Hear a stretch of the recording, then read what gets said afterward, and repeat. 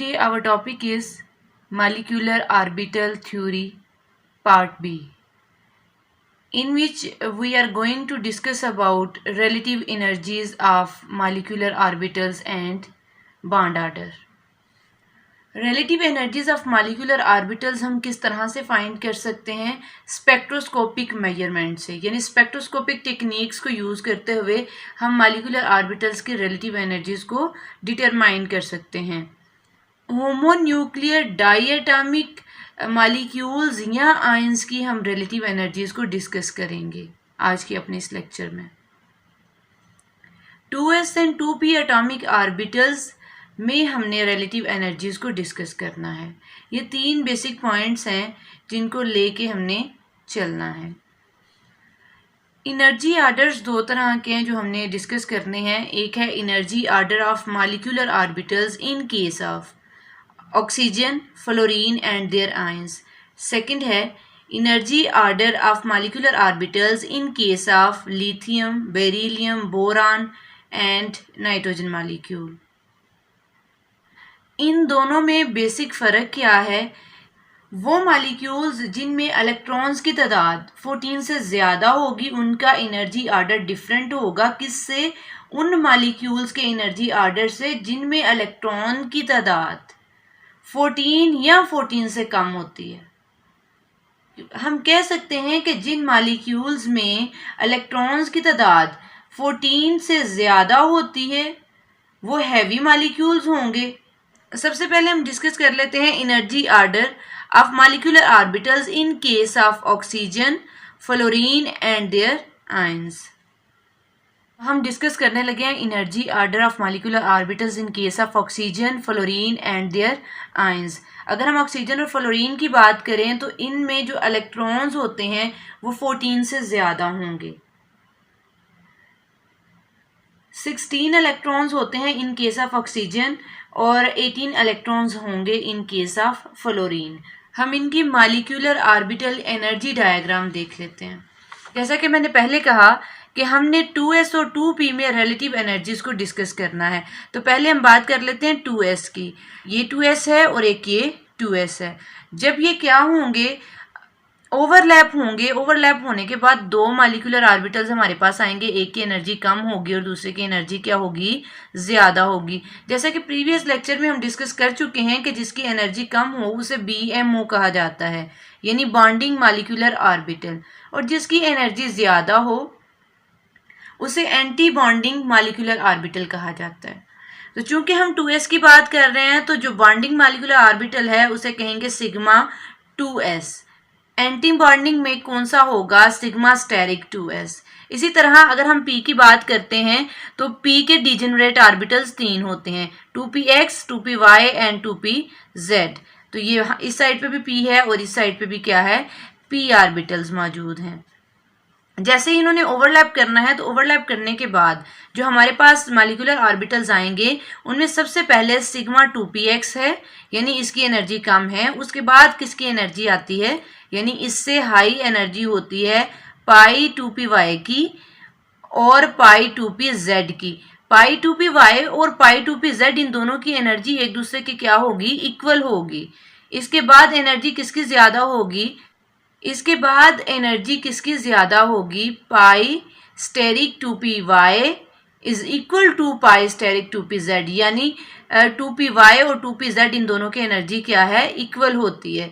तो इसकी निस्बत इसकी एनर्जी क्या होगी? ज़्यादा होगी. यानी हम कह सकते हैं कि pi 2py is equal to pi 2pz. इसके बाद जिसकी एनर्जी हाई है वो है सिग्मा स्टेरिक 2px. अब हम इसका एनर्जी ऑर्डर जो है वो लिख लेते हैं. पहले सिग्मा 2s है, फिर सिग्मा स्टार 2s है. अगर मैं ओवरऑल बात करूं तो मैं 1s से स्टार्ट करूंगी, सिग्मा 1s से. तो हम इसका ऑर्डर लिखते हैं. Sigma 1s. इससे ज़्यादा एनर्जी किसकी होगी? सिग्मा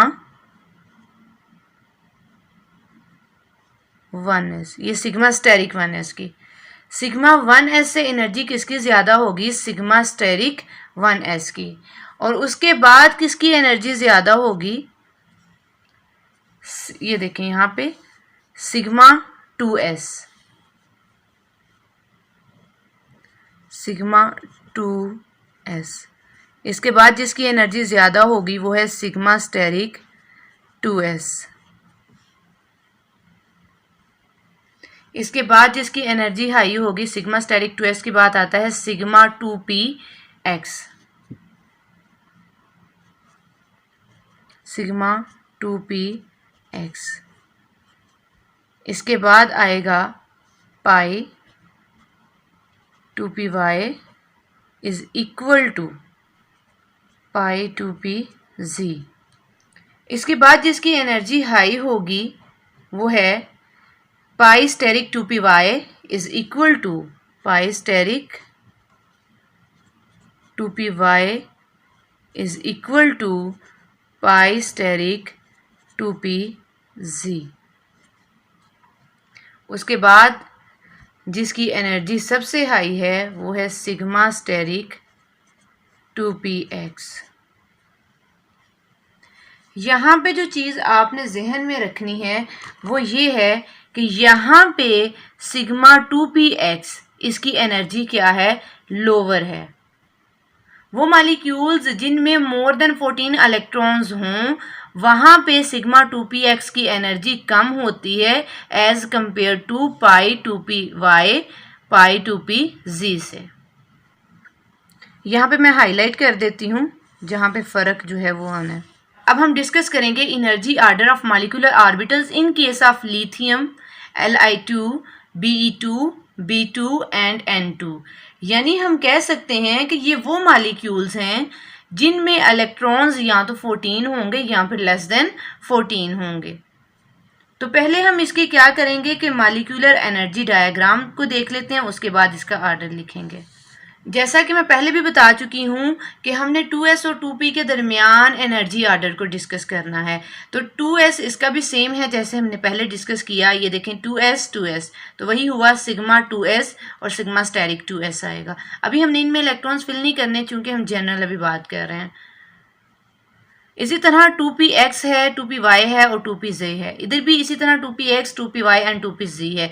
आपको पता है कि ये एटॉमिक ऑर्बिटल्स हैं, ये भी एटॉमिक ऑर्बिटल्स हैं, यहाँ पे ये भी एटॉमिक ऑर्बिटल्स थे और ये भी क्या हैं, एटॉमिक ऑर्बिटल्स। एटॉमिक ऑर्बिटल्स को डिनोट करते हैं AO से। अब यहाँ पे देखा जाए तो अगर हम इनकी बात करते हैं कि जी p ऑर्बिटल्स जब ओवरलैप होते हैं तो सबसे पहले हमारे पास जो मॉलिक्यूलर ऑर्बिटल आएगा वो है pi 2py is equal to pi 2pz। इन दोनों की एनर्जी इक्वल होती है, लिहाजा ये दोनों क्या होंगे, इकट्ठे आएंगे। जब 2px, 2py, 2pz ये ओवरलैप होते हैं तो ओवरलैप होने के बाद यहाँ पे उन मॉलिक्यूल्स में जिनमें इलेक्ट्रॉन्स की तादाद या तो 14 होती है या लेस देन 14, वहाँ pi 2py is equal to pi 2pz से ऊपर चला जाएगा 2px, सिग्मा 2px। इसके बाद जिसकी एनर्जी है वो है sigma star 2py is equal to sigma star 2pz। ये सेम वही है जो पहले हमने पढ़ा। और इसके बाद जिसकी एनर्जी हाई है वो है सिग्मा स्टेरिक 2px। जैसा कि आपको अब तक अंदाज़ा हो चुका होगा कि जो पहले निचली साइड पे ऑर्बिटल्स बनते हैं उन्हें बॉन्डिंग मॉलिक्यूलर ऑर्बिटल्स कहते हैं, क्योंकि उनकी एनर्जी क्या होती है, लो होती है। इनकी एनर्जी हाई है लिहाजा इन्हें कहेंगे एंटी बॉन्डिंग मॉलिक्यूलर ऑर्बिटल्स कहेंगे। तो इसका भी हम क्या करते हैं, एनर्जी ऑर्डर जो है वो लिख लेते हैं। तो इसका भी एनर्जी ऑर्डर जो है वो मैं स्टार्ट करूँगी 1s से, यानी sigma 1s।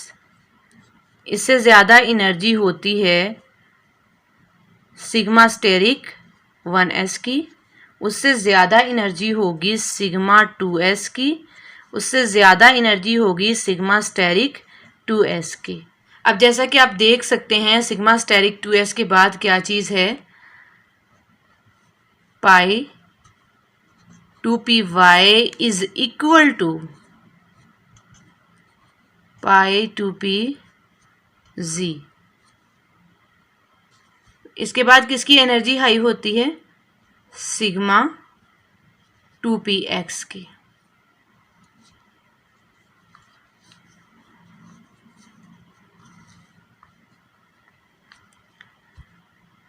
Pi 2py is equal to pi 2pz इससे ज़्यादा एनर्जी होती है सिग्मा 2px की इन दिस केस।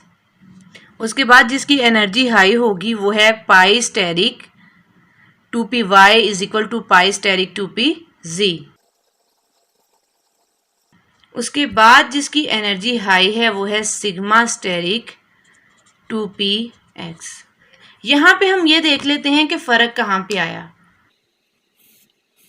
जो इससे पहले हमने एनर्जी आर्डर डिस्कस किया वहाँ पे 2px सिग्मा 2px की एनर्जी लोअर थी, लेकिन यहाँ पे सिग्मा 2px की एनर्जी हायर है। जैसा कि मैंने अभी बताया इसमें सिग्मा 2px इन हाई एनर्जी है, तो हमने अब इसकी रीज़न देनी है। अब हम इसकी रीज़न्स देख लेते हैं। जैसा कि हमारे पास ऑक्सीजन एटम है, फ्लोरीन है, बी है, कार्बन है और नाइट्रोजन एन है एटम्स मौजूद हैं। तो सबसे पहले हम ऑक्सीजन एटम और फ्लोरीन एटम की देख लेते हैं। पहले हम ऑक्सीजन एटम की बात कर लेते हैं। ये न्यूक्लियस है, ये इसका पहला शेल यानी के शेल है। के शेल का सिर्फ एक ही सब शेल होता है 1s, और इसके बाद एल शेल आएगा। एल शेल में 2s और 2p होता है, और 2p डिजेनरेट होता है 2px 2py एंड 2pz में। तो हमने एनर्जी डिफरेंस देखना है। एनर्जी डिफरेंस हमने किस में देखना है? बिटवीन 2s एंड 2p में। इनमें जो एनर्जी डिफरेंस है वो देखना है। ऑक्सीजन एटम में जो एनर्जी डिफरेंस आता है वो आता है 1595 किलो जूल पर मोल। और अगर फ्लोरीन एटम की बात की जाए तो फ्लोरीन एटम को भी आपने इसी तरह देखना है कि ये पहला शेल है और ये दूसरा शेल है। दूसरे शेल में 2s है, फिर 2p इसमें मौजूद है यानी 2px 2py एंड 2pz, क्योंकि ये डीजेनरेट ऑर्बिटल्स हैं। अब हमने देखना है energy difference between 2s and 2p में। तो कितना एनर्जी डिफरेंस है? 2078 किलो जूल पर मोल। 2s और 2p के दरमियान एनर्जी डिफरेंस हम देख रहे हैं कि काफ़ी ज़्यादा है। That's why these two atomic orbitals यानी 2s and 2p not involved in hybridization by intermixing. अब हम बात कर लेते हैं B, C और N की। अगर हम बी एटम की बात करते हैं तो यहाँ पे ये न्यूक्लियस है, ये एरो शो कर रहा है किसको कि एनर्जी ऊपर वाली साइड पे बढ़ रही है।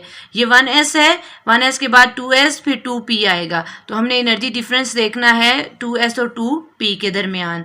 तो यहाँ पे जो एनर्जी डिफरेंस है वो आता है 554 किलो जूल पर मोल। और अगर हम बात करते हैं कार्बन एटम की तो कार्बन एटम में भी हमने यहाँ पे एनर्जी डिफरेंस देखना है। तो एनर्जी डिफरेंस कितना है? 846 किलो जूल पर मोल।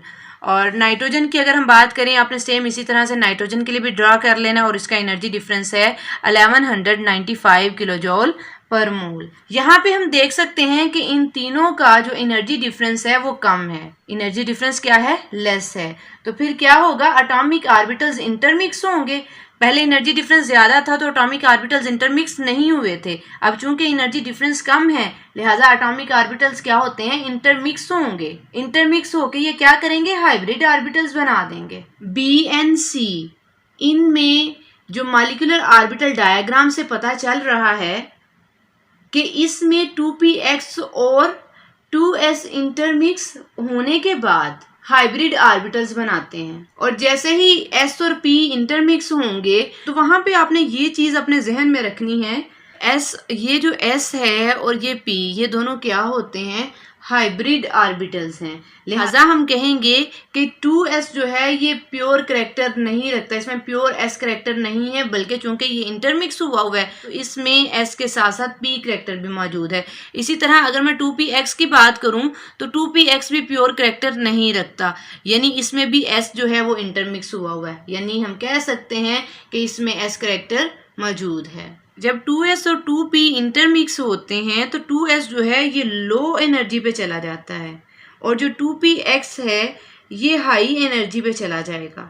और जब 2px हाई एनर्जी पर चला गया तो फिर ये पाई 2py एंड पाई 2pz से भी ऊपर निकल जाएगा। क्योंकि हम बात कर रहे हैं इन case of b atom, c atom and n atom. जब एटॉमिक ऑर्बिटल्स के दरमियान एनर्जी डिफरेंस कम हो तो एटॉमिक ऑर्बिटल्स इंटरमिक्सिंग से हाइब्रिड ऑर्बिटल्स बनाते हैं, क्योंकि ये हाइब्रिड ऑर्बिटल्स की कैरेक्टरिस्टिक्स को अब्जॉर्ब कर लेते हैं। जिसके रिजल्ट में क्या होता है कि 2px जो है वो 2py और 2pz से ऊपर निकल जाता है। That's why molecular orbital energy diagram fluorine और ऑक्सीजन से चेंज हो जाती है। तो सेम इसी तरह हुआ कि फ्लोरीन और ऑक्सीजन में यहाँ पे चेंज आया। अब हम डिस्कस कर लेते हैं बॉन्ड ऑर्डर को। बॉन्ड ऑर्डर क्या होता है? सबसे पहले हम इसकी डेफिनेशन देखेंगे। The number of bonds formed between two atoms after the atomic orbitals overlap is called bond order. number of bonds formed between two atoms, दो एटम्स के दरमियान जो नंबर ऑफ बॉन्ड्स बनते हैं एटॉमिक ऑर्बिटल्स की overlapping के बाद दो एटम्स के दरमियान जितने नंबर ऑफ बॉन्ड्स बनते हैं उसे हम कहेंगे बॉन्ड ऑर्डर। अब इसका फार्मूला देख लेते हैं। बॉन्डिंग मॉलिक्यूलर ऑर्बिटल्स में से माइनस किए जाएंगे number of electrons in anti bonding molecular orbitals. तो फिर हम क्या करेंगे, इसे 2 से डिवाइड कर देंगे तो हमारे पास नंबर ऑफ बॉन्ड्स आ जाएंगे कितने हैं, यानी बॉन्ड ऑर्डर का हमें पता चल जाएगा। इसे हम मजीद डिस्कस कर लेते हैं एग्जांपल्स के साथ। सबसे पहले हम हाइड्रोजन मॉलिक्यूल की एग्जांपल को डिस्कस करेंगे। हाइड्रोजन मॉलिक्यूल, जैसा कि आप सब जानते हैं कि हाइड्रोजन 1 है, इस तरह से H1, ये 1s है और ये भी क्या है 1s है। तो हमारे पास लो एनर्जी ऑर्बिटल आएगा और high energy orbital. Low energy में क्या होगा कि एक ये वाला इलेक्ट्रॉन और एक ये वाला इलेक्ट्रॉन दोनों फिल होंगे। जैसा कि मैं प्रीवियस लेक्चर में बता चुकी हूँ कि पहले इलेक्ट्रॉन्स 1s में फिल होंगे, उसके बाद जो है वो फर्दर ऑर्डर के मुताबिक हम इसे फिल करते हैं। अब 1s भी हमारे पास दो तरह से होगा, एक सिग्मा 1s होता है, दूसरा सिग्मा स्टेरिक 1s। तो जब सिग्मा और सिग्मा स्टेरिक आ जाए तो पहले हम क्या करते हैं, सिग्मा को फिल करेंगे, फिर सिग्मा स्टेरिक को फिल करेंगे।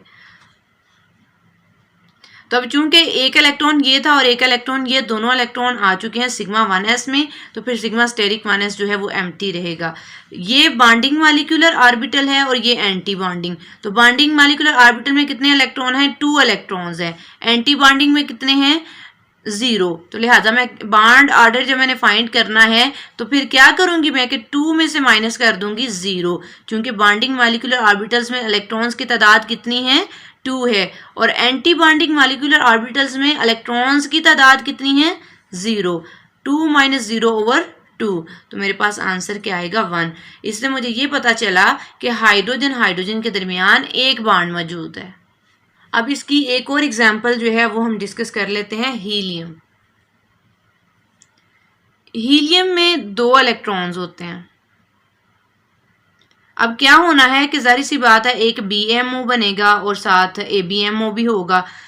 एक इलेक्ट्रॉन इधर से और एक इधर से, यहाँ पे फिल होंगे सिग्मा 1s में। अब 2 इलेक्ट्रॉन बच के, एक इसका इलेक्ट्रॉन और एक इसका इलेक्ट्रॉन, सिग्मा स्टेरिक 1s में वो दोनों इलेक्ट्रॉन्स क्या हो जाएंगे, फिल हो जाएंगे।